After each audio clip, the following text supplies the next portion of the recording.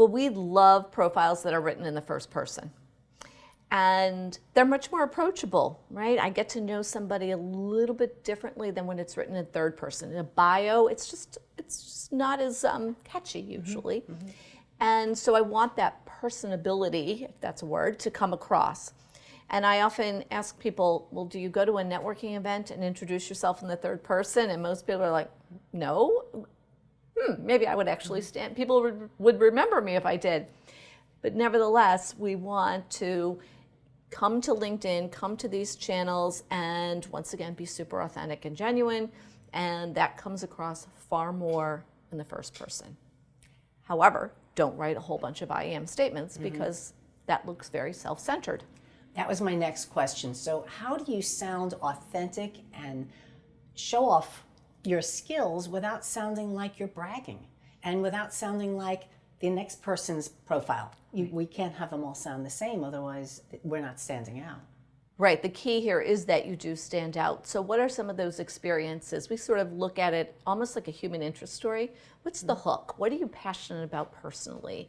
What differentiates you just as a human being, right? And how does that get woven in? How did you end up in medicine? How did you end up in entrepreneurship? What was it? Sometimes it's a catalyst from an experience they had, studying abroad, their parents, right? But we love those stories because those stories are usually unique just to that individual.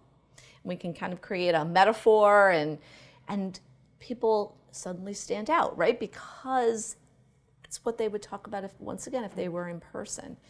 I love profiles where people's personality comes out.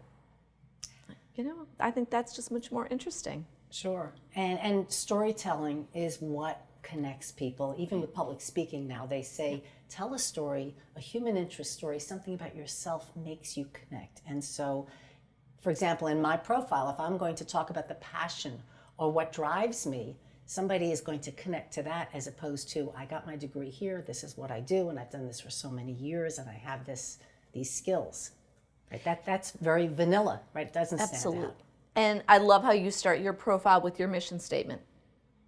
Right? So from the very beginning, you're creating an expectation, right? You're sharing what's important to you and how you can help people.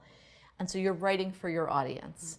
And I think that's very important, especially if you're looking for a job. Write to that hiring manager, to that CEO, to that recruiter, right? Talk about how you're going to contribute to an organization. And lots of people are already working. So they have to be really careful how they do that. But once again, if you weave in expertise with these soft skills, it suddenly becomes more what I call professionally conversational.